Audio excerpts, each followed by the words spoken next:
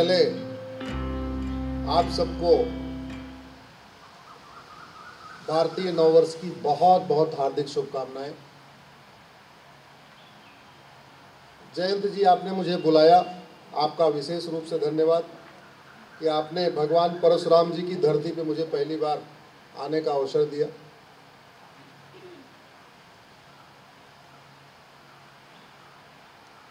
यह स्थान प्रसिद्ध है भगवान परशुराम जी की कर्मस्थली के रूप में, इसीलिए इसका जो प्राचीन नाम था वो वाणावली था, वाणस्थली था इसका नाम। भगवान परशुराम जी की कर्मभूमि थी। महाभारत में इसका नाम गोप राज्य हुआ।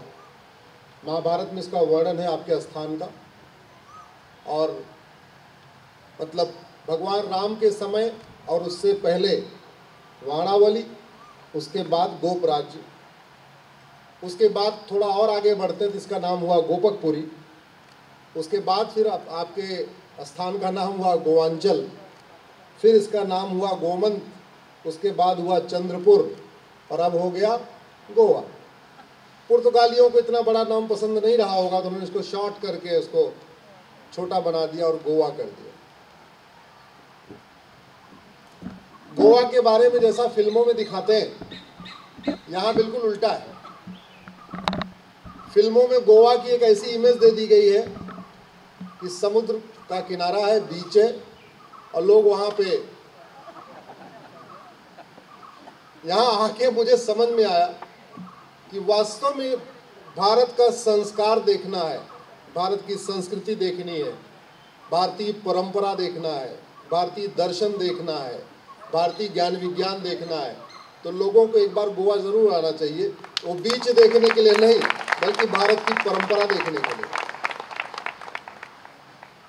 जिस विधि विधान से आप भारतीय नववर्ष मनाते हैं, हर जगह मनाया जाता है, लेकिन इतनी श्रद्धा के साथ, इतनी तन्मयता के साथ, इतने डेडिकेशन के साथ, इतने डिटर्मिनेशन के साथ, इतने डिवोशन के साथ और स्थानों पे भी मनाया जाता है, लेकिन यहाँ जो हो रहा है वो एकदम लाजवाब है, कोई तुलना नहीं इसकी। लेकिन हमारे बॉलीवुड वालों ने गोवा को ऐसा बना दिया कि भाई गोवा तो एक ही चीज़ के लिए प्रसिद्ध है। आज हमने भी आपके गोवा के बीच पे जाके सुबह सुबह वॉक किया 1 घंटे, इतना स्वच्छ पानी है, हमने भी 1 घंटे स्नान किया।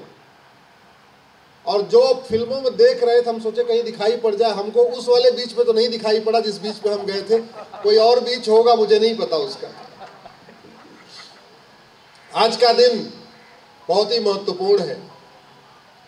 आज के दिन भगवान ब्रह्मा जी ने सृष्टि की रचना किया। सम्राट विक्रमादित्य का आज राज्याभिषेक हुआ, भगवान श्री राम का आज राज्याभिषेक हुआ, माँ शक्ति की आज हम उपासना करते हैं। सिख पंथ के गुरु थे गुरु अंगद देव, उनका जन्मदिन है। आज के दिन आर्य समाज की स्थापना हुई। आज के दिन भगवान झूलेलाल जी ने जन्म लिया। आज के दिन युधिष्ठिर का राज्याभिषेक हुआ। आज महर्षि गौतम जी की भी जयंती है। आज ही के दिन विश्व के सबसे बड़े सामाजिक संगठन राष्ट्रीय स्वयं संघ की शुरुआत करने वाले पूज्य गुरुदेव हेगडेवार जी का भी आज जयंती है। इस सभी पुण्य अवसर पे आप सब लोग उपस्थित हुए हैं। मैं आप सबको प्रणाम करता हूं। जो हमसे छोटे हैं उनको अपना स्नेह भेंट करता हूं। माताओं को विशेष रूप से प्रणाम करता हूं। आप नारी नारायणी हैं। यत्र नारस्ति पूज्यते रमन्ते तत्र देवता है। आप जहाँ रहती हैं, आप जहाँ आपका सम्मान होता है, वहाँ देवता निवास करते हैं। और मुझे बहुत खुशी है कि यहाँ संख्या लगभग 50-50 है, बराबर बराबर है। शायद अकेले कोई नहीं आया, सब जोड़े से आए हुए।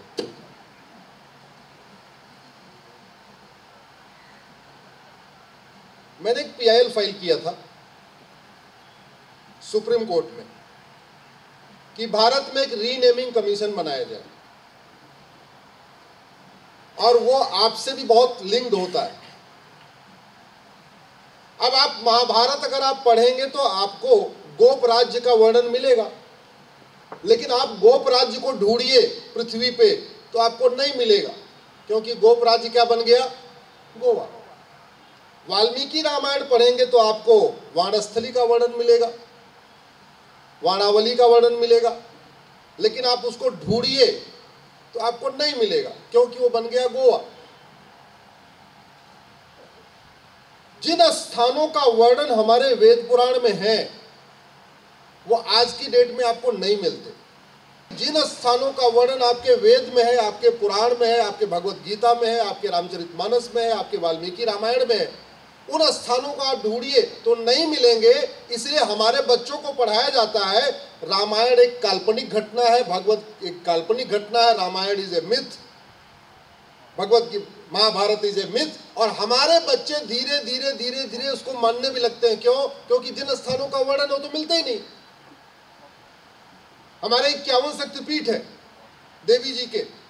51 शक्तिपीठ में जो पहला शक्तिपीठ है कीर्तेश्वरी, जहां माता का मुकुट गिरा था, अब उसको आप भारत में ढूंढिए आपको नहीं मिलेगा। क्यों? क्योंकि वहां पे एक मुर्शीद खान नाम का लुटेरा गया, उसने कीर्तेश्वरी मंदिर को लूटा, कीर्तेश्वरी मंदिर को तोड़ा, तोड़ने के बाद उस स्थान का नाम बदल दिया, उसको कह दिया मुर्शिदाबाद। तो आपको मुर्शिदाबाद मिलेगा, कीर्तेश्वरी नहीं मिलेगा। एक हमारा दूसरा शक्तिपीठ है विंध्याचल। मिर्जा खान नाम का लुटेरा गया, लूटा, तोड़ा, मंदिर को तोड़ा और उस पूरे स्थान का नाम बदल के रख दिया मिर्जापुर। अब आपको विंध्याचल नहीं मिलेगा, मिर्जापुर मिलेगा। पांचाली का जन्म स्थान, जहां पांचाल राज्य था वहां पांचाली का जन्म स्थान हुआ, जिसको हम द्रौपदी कहते हैं। अब आप पांचाल ढूंढिए आपको नहीं मिलेगा। क्यों? क्योंकि वहां पे फर्रुख खान नाम का एक लुटेरा गया, उसने पांचाल को फर्रुखाबाद बना दिया। तो आपको फर्रुखाबाद मिलेगा उत्तर प्रदेश में, पांचाल नहीं मिलेगा। अब जब पांचाल नहीं मिलेगा तो कोई भी सवाल कर सकता, भैया अगर द्रौपदी थी तो उसका जन्म स्थान कहाँ है? भगवान राम का जन्म स्थान था अयोध्या, वेदों में लिखा है अयोध्या, लेकिन आप उसको ढूंढिए और नहीं मिलेगा, वो सरकारी रिकॉर्ड में फैजाबाद। ये तो योगी जी आ गए हैं तो दोबारा उन्होंने फैजाबाद को, फैज को हटाया, दोबारा अयोध्या को स्थापित कर दिया। महाभारत काल में आपको एक घटना हुई होगी, वनवास कितने साल का हुआ था पांडवों को? जोर से बोलिए जरा। और 1 साल का अज्ञातवास। उस अज्ञातवास में पांडव गए पंजाब की तरफ। एक स्थान था विराट, आपने सुना होगा विराट, राजा विराट के यहां रुके थे वो पहचान छुपाने के लिए। अब आप पूरे भारत में विराट को ढूंढते रहिए, विराट नहीं मिलेगा। क्यों? क्योंकि वहां पे होशियार खान नाम का एक लुटेरा गया, उसने विराट को होशियारपुर बना दिया।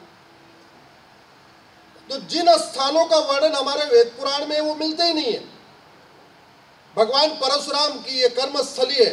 भगवान परशुराम के पिताजी का नाम था महर्षि जमदग्नि।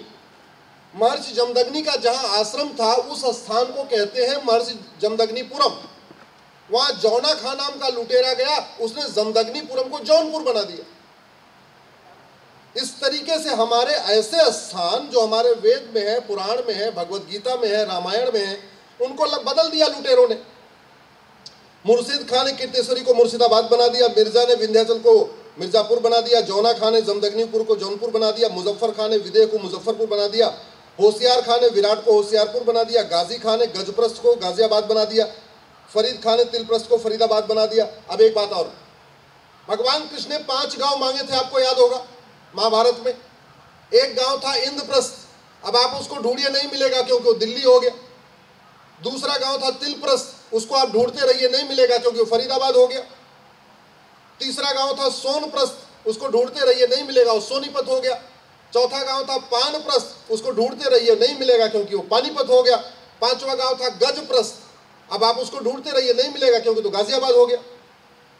तो महाभारत में लिखा हुआ है कि भगवान कृष्ण ने 5 गांव मांगे, लेकिन ढूंढिए तो नहीं मिलेगा। इसलिए हमारे बच्चों को कहते हैं कि महाभारत एक काल्पनिक घटना है और हमारे बच्चे उसको मानने लगते हैं। फर्रुख खान ने पांचाल को फर्रुखाबाद बना दिया, मुराद खान ने रामगंगा नगर को मुरादाबाद बना दिया, बेगू खान ने अजातशत्रु नगर को बेगूसराय बना दिया, शरीफुद्दीन ने नालंदा बिहार को बिहार शरीफ बना दिया, दरभंगा खान ने द्वारभंगा को दरभंगा बना दिया, हाजी शमसुद्दीन ने हरिपुर को हाजीपुर बना दिया, जमाल खान ने सिंह जानी को जमालपुर बना दिया, अहमद शाह ने कर्णावती को अहमदाबाद बना दिया, बुरहान बुरहान ने भ्रगनापुर को बुरहानपुर बना दिया, होशंग शाह ने नर्मदापुरम को होशंगाबाद बना दिया, अहमद शाह ने अंबिकापुर को अहमदनगर बना दिया, तुगलक ने देवगिरी को तुगलकाबाद बना दिया, उस्मान अली ने धाराशिव को उस्मानाबाद बना दिया, फरीद खान ने मोकलहार को फरीदकोट बना दिया, मुजफ्फर खान ने लक्ष्मीनगर को मुजफ्फरनगर बना दिया, शाहजहां ने गोमती नगर को शाहजहांपुर बना दिया, बख्तियार खिलजी ने नालंदा को बख्तियारपुर बना दिया, करीमुद्दीन ने करीमनगर बना दिया, महबूब खान ने महबूबनगर बना दिया, अली मीर जाफर ने अलीपुर बना दिया, भाग्यनगर को हैदराबाद बना दिया, इंदौर को निजामाबाद बना दिया, भिटौरा को फतेहपुर बना दिया, हरिगढ़ को अलीगढ़ बना दिया, अंबिकानगर को अमरोहा बना दिया, आजमगढ़ को आजमगढ़ बना दिया, जसनौल को बाराबंकी बना दिया, गाजीपुर को गाजीपुर बना दिया। ये सारे जो जिन स्थानों का मैंने वर्णन किया है, ये सारे के सारे हमारे ऐतिहासिक स्थान है, सांस्कृतिक स्थान है, धार्मिक स्थान है। तो मैंने सुप्रीम कोर्ट में पीआईएल फाइल किया। हमने कहा कि सनातन धर्म को काल्पनिक घटना बताई जा रही है, उसका मूल कारण यह है जिन स्थानों का वर्णन है वो हमें मिलते ही नहीं है। तो आप एक रीनेमिंग कमीशन बनाओ। अगर विमेन कमीशन बन सकता है, SC ST कमीशन बन सकता है, OBC कमीशन बन सकता है, नेशनल ह्यूमन राइट कमीशन बन सकता है, तो रीनेमिंग कमीशन बनाइए। और जिन स्थानों का वर्णन हमारे ग्रंथों में है उसके लिए कमेटी बना दीजिए, जिसमें धर्मगुरु भी हो, आध्यात्मिक गुरु भी हो, हिस्टोरियन भी हो, पत्रकार भी हो, जज भी हो, जिसको जिसको रखना रखिए, लेकिन उन स्थानों को रिस्टोर कर दीजिए, क्योंकि नाम बदलने की वजह से हमारी धार्मिक स्वतंत्रता का अधिकार है वो बाधित हो रहा है। हमारे बच्चों को सिखाया जाता है ये काल्पनिक घटना है और बच्चे धीरे धीरे इसको मानने लग गए। लेकिन हमारी PIL चली गई जस्टिस जोसेफ की कोर्ट में, बोले इससे तो सेकुलरिज्म खतरे में पड़ जाएगा। हमने कहा सेकुलरिज्म कैसे खतरे में पड़ जाएगा? बोले इससे देश में उबाल आ जाएगा। हमने कहा उबाल क्यों आ जाएगा? अरे भाई, हम कोई हिंदू मुस्लिम की बात थोड़ी कर रहे हैं, हम तो भारतीय और विदेशी की बात कर रहे हैं। हम तो कह रहे हैं वहशी दरिंदों के नाम पे नाम चल रहे हैं, ये बंद होना चाहिए। अगली जो जनरेशन आए, चलो पिताजी कमजोर थे, पिताजी बेचारे मुश्किल में थे, वो नहीं लड़ पाए, लेकिन जो नेक्स्ट जनरेशन है उसको तो दोबारा रिस्टोर करने की मांग करनी चाहिए। मैंने कहा मैं तो यही कह रहा हूं। कुल मिला के उनको नहीं सुनना था। हमने कहा नोटिस इशू कर दीजिए, बोले नोटिस इशू नहीं करेंगे। हमने कहा फिर हमको 2 दिन बहस करने का मौका टाइम दे दीजिए, बोले 2 दिन भी नहीं देंगे। हमने कहा 2 घंटे दे दीजिए, बोले 10 मिनट देंगे। इतने इंपॉर्टेंट मैटर जिसमें कॉन्स्टिट्यूशनल इशू है, राइट टू इक्वालिटी का फंडामेंटल राइट वायलेट हो रहा है, राइट टू डिग्निटी हमारी वायलेट हो रही है, राइट टू रिलीजन हमारा वायलेट हो रहा है, राइट टू कस्टम हमारा वायलेट हो रहा है, राइट टू ट्रेडिशन हमारा वायलेट हो रहा है। ऐसे मैंने 7 फंडामेंटल राइट बताए कि हमारे 7 फंडामेंटल राइट वायलेट हो रहे हैं इन नामों को बदलने के कारण। फिलहाल न उन्होंने नोटिस इशू किया, न मुझे बहस करने दिया, न मुझे पिटीशन वापस लेने दिया। उनके मन में तो खोट था। कुल मिलाकर रिटायर भी हो चुके हैं। मई में हमारी ये पिटीशन हमारी मई में लगी थी, मई में उनको रिटायरमेंट होना था जाते जाते उस पिटीशन को, लेकिन ये विषय खत्म नहीं हुआ। सुप्रीम कोर्ट ने हमारी पिटीशन को भले नहीं मेंटेन किया, उस पर नोटिस किया, लेकिन आपको लगता है ये विषय खत्म हो गया क्या? अगर स्वतंत्रता के बाद भी हमारे धार्मिक स्थानों का नाम रिस्टोर नहीं होगा तो किस बात की स्वतंत्रता, किस बात की आजादी? केवल इस बात की आजादी कि अंग्रेज चले गए? अरे फ्रीडम का मतलब कल्चरल फ्रीडम भी होता है, रिलीजियस फ्रीडम भी होता है, कस्टम का फ्रीडम भी होता है, डिग्निटी का भी फ्रीडम होता है। हमारे पूर्वज, अच्छा ये बताइए, जब नाम बदले गए होंगे तो क्या हमारे पूर्वजों ने इसका विरोध नहीं किया होगा? क्या वो खुशी खुशी कहे होंगे आ जाओ जी नाम बदल के चले जाओ? लड़े होंगे, मारे गए होंगे, कई सारे लोग प्रताड़ित किए गए होंगे, कई लोगों का गला काटा गया होगा, तब उन्होंने नाम बदलने दिया होगा। जीते जी ने नाम नहीं बदलने भी दिया होगा। भारत के जितने भी स्थानों के नाम बदले गए हैं वो आसानी से नहीं बदले गए हैं, हमारे पूर्वजों ने उसका विरोध किया था। हमारे जितने भी मंदिर तोड़े गए आसानी से नहीं तोड़े गए हैं, पहले उन्होंने बलिदान किया, हार गए, लड़े, हार गए, तब जाके मंदिर टूटा है। जितने भी लूट मार हुई है, ऐसे नहीं कि दरवाजा खोल दिया आ जाओ लूट लो, नहीं, विरोध किया, अलग बात थी, लड़े, हार गए, लूट हुई। आज आपका विषय मुझे इसलिए ध्यान आया, ये आपके साथ भी हो रहा है। महाभारत में गोप राज्य कहते हैं, वाल्मीकि रामायण में वाणावली कहते हैं, स्कंद पुराण में आपके राज्य को गोपकपुरी कहते हैं, बाद के मध्यकाल में इसको गोमंत चंदपुर कहते हैं, पुर्तगालियों के साथ हो गया। अच्छा चलो वो तो हो गया, मैं तो देख रहा हूं आपके बहुत सारे कस्बों का नाम भी पुराना वाला चल रहा है, जो नाम पुर्तगालियों ने रखा था वही का वही चल रहा है। इस पर चिंतन करना चाहिए, क्या हमें वो पुराने नाम चाहिए कि नहीं चाहिए? जो हमारे प्राचीन काल के नाम थे, जो हमारे ऐतिहासिक नाम थे, वो चाहिए कि नहीं चाहिए, इस पर चिंतन होना चाहिए। भारत इंडिपेंडेंट तो हुआ, लेकिन भारत स्वतंत्र नहीं हुए। भारत इंडिपेंडेंट तो है, लेकिन स्वतंत्र, स्वतंत्र दो शब्दों से मिलकर बना है, स्वतंत्र, अपना तंत्र। गुलामी के नाम चल रहे हैं, गुलामी का निशान चल रहा है, गुलामी की कुरीतियां चल रही हैं, गुलामी की कुप्रथाएं चल रही हैं, गुलामी की पुलिस व्यवस्था चल रही है, गुलामी की न्यायिक व्यवस्था चल रही है, गुलामी की प्रशासनिक व्यवस्था चल रही है, गुलामी की चिकित्सा व्यवस्था चल रही है, गुलामी का टैक्स सिस्टम चल रहा है। वास्तव में हम आजाद हो गए क्या? स्वतंत्र हुए क्या? स्वतंत्र, अपना तंत्र आया क्या? क्या वो तंत्र हमने दोबारा विकसित करने की कोशिश किया जिसको राजा विक्रमादित्य ने किया था? क्या वो सिस्टम हमने दोबारा इंप्लीमेंट किया जो भगवान राम ने किया था? क्या वो सिस्टम हमने दोबारा इंप्लीमेंट किया जो छत्रपति शिवाजी महाराज ने किया था?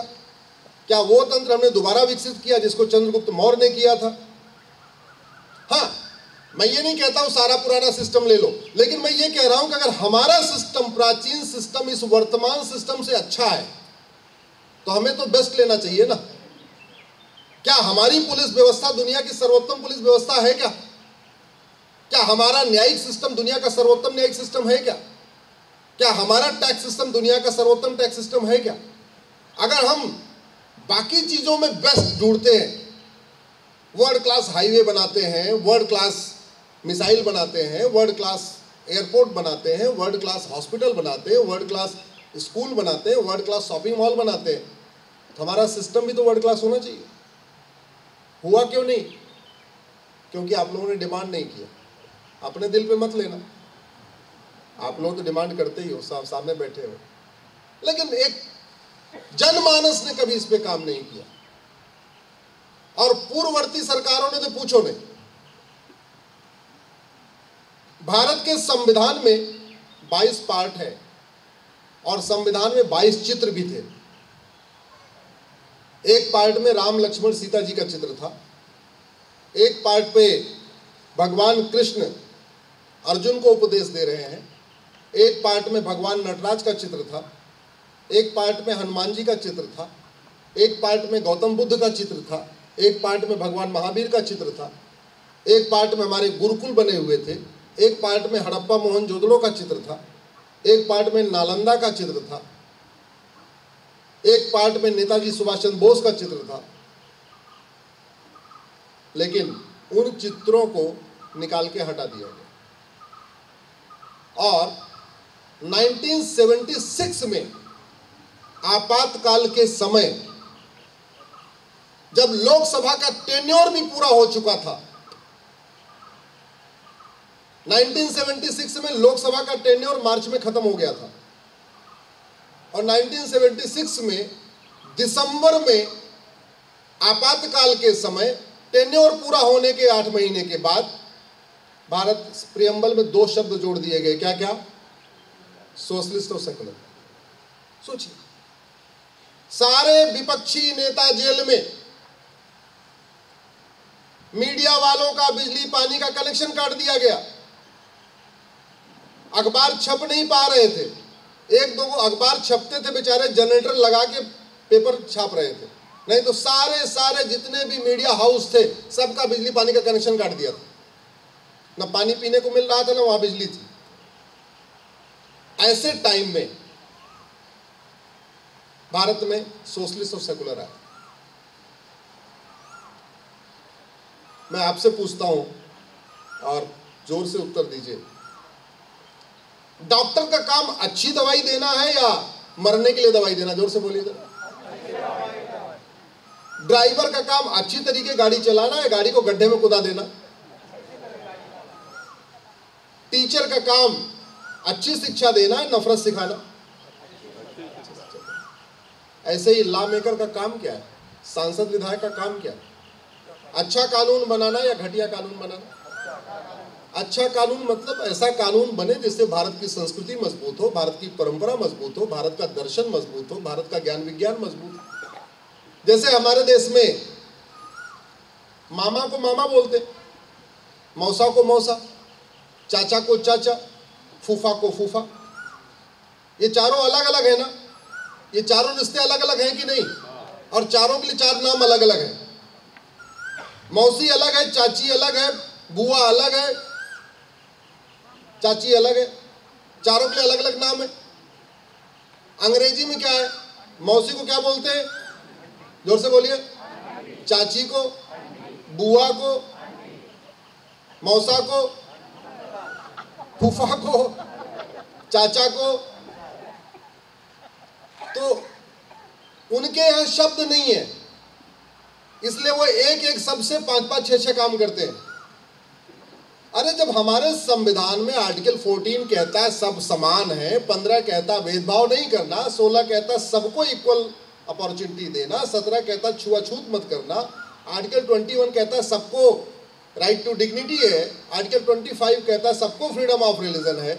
जब सारे आर्टिकल अलग अलग दिए हुए हैं, जैसे रिश्ते मैंने बताया, चाचा अलग, मौसा अलग, मामा अलग, फूफा अलग, फूफी अलग, बुआ अलग, तो ऐसे में जैसे हमारे अंकल आंटी की हमें जरूरत नहीं है, वैसे हमें सोशलिस्ट और सेकुलर की भी जरूरत नहीं, क्योंकि संविधान के सारे फंडामेंटल राइट अलग अलग हैं।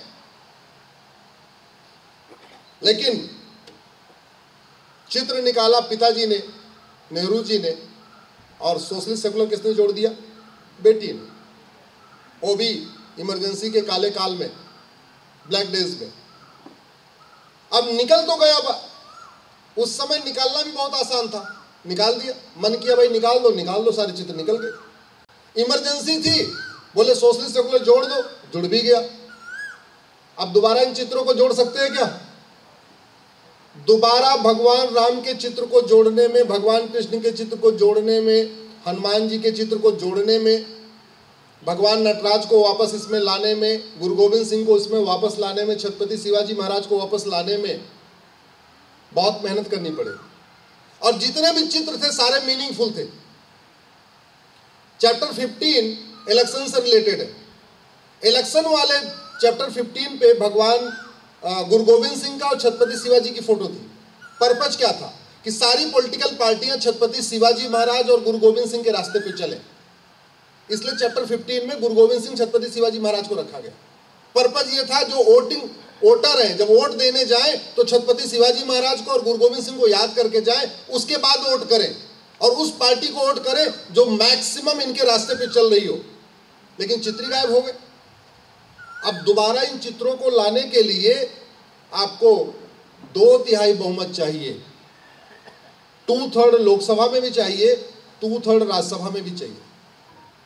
हम सब लोग चाहते हैं कि प्राइमरी स्कूल में रामचरितमानस पढ़ाया जाए, हम चाहते हैं स्कूलों में भगवत गीता पढ़ाई जाए, हम चाहते हैं वेदों की ऋचाएं पढ़ाई जाए, हम चाहते हैं हमारे जो भारतीय त्योहार है, गुड़ी पड़वा, बाकी और, इनको भी पढ़ाया जाए, इसको बच्चे सीखें। वो तभी हो सकता है जब वो चित्र वापस बहाल हो जाए। संविधान कहता है 3 लैंग्वेज सिखाओ, और 3 लैंग्वेज सिखाई भी जाती है। आपके गोवा में 3 लैंग्वेज होगी, एक कि आपकी गोवा की लोग स्टेट लैंग्वेज होगी जो पढ़ाई जाती होगी प्राइमरी स्कूल में, एक इंग्लिश पढ़ाई जाती होगी और हिंदी पढ़ाई जाती होगी, यही है ना? क्या पढ़ाई जाती है? मराठी। एक मराठी, एक कोंकणी, हिंदी, इंग्लिश। अब एक चीज बताओ, आप अभी क्या हो रहा है? इंग्लिश सिखाने के लिए प्राइवेट किताब पढ़ाई जाती है। प्राइवेट किताब में इनकी कहानी, उनकी कहानी, उनकी कहानी पढ़ाई जाती है। अल्टीमेटली पर्पस क्या है? कि बच्चे को इंग्लिश पढ़ना, लिखना, बोलना आना चाहिए। भगवत गीता हमारे पास इंग्लिश में है कि नहीं? तो प्राइवेट किताब क्यों पढ़ाना? भगवत गीता पढ़ाएं, बच्चा अंग्रेज भगवत गीता भी सीखेगा, कर्मयोग भी सीखेगा, राजयोग भी सीखेगा, ज्ञान योग भी सीखेगा, भक्ति योग भी सीखेगा, अंग्रेजी भी सीख जाएगा, लिटरेचर भी सीख जाएगा, ग्रामर भी सीख जाएगा, सब कुछ सीख जाएगा। संस्कृत पढ़ाते होंगे, संस्कृत में प्राइवेट किताब क्यों पढ़ाना? वाल्मीकि रामायण अपना संस्कृत में है। हिंदी पढ़ाते होंगे, हिंदी में प्राइवेट किताब क्यों पढ़ाना? रामचरितमानस अपना हिंदी में है। लेकिन वो तभी हो सकता है जब भगवान राम की फोटो दोबारा संविधान में आ जाए, भगवान कृष्ण की फोटो दोबारा संविधान में आ जाए, भगवान महावीर की फोटो दोबारा संविधान में आ जाए, फिर कोई इसका विरोध नहीं कर पाएगा। जैसे ही हनुमान जी का चित्र वापस आया जो पहले था, उसके बाद आप सुबह की प्रार्थना में इधर उधर की प्रार्थना करने के बजाय सीधे हनुमान चालीसा शुरू कर दीजिए, कोई रोक पाएगा क्या? संविधान में हनुमान जी का चित्र है, फिर हनुमान चालीसा कैसे आप रोक सकते हो? संविधान में भगवान राम का दरबार है, फिर आप रामचरितमानस रामायण कैसे रोक सकते हो? संविधान में भगवान कृष्ण की फोटो है, अर्जुन को उपदेश दे रहे हैं, फिर आप भगवत गीता पढ़ाने में कैसे रोक लगा सकते हो? संविधान में भगवान महावीर की फोटो है, फिर जैन धर्म की शिक्षा देने में आप कैसे रोक सकते हो? भगवान बुद्ध की फोटो है, फिर आप भगवान बुद्ध की शिक्षा पढ़ाने में कैसे रोक सकते हो? गुरु गोविंद सिंह की फोटो है, फिर आप जो हमारा गुरु ग्रंथ साहिब है उसमें से कुछ प्रमुख चीज़ों को पढ़ाने में कैसे रोक सकते हो? इसलिए ये सारे चित्र वापस लाना जरूरी है। अगर हम चाहते हैं भारत की संस्कृति मजबूत हो, भारत की परंपरा मजबूत हो, भारत का ज्ञान विज्ञान मजबूत हो, तो आवश्यक ये है कि उन चित्रों को वापस लाया जाए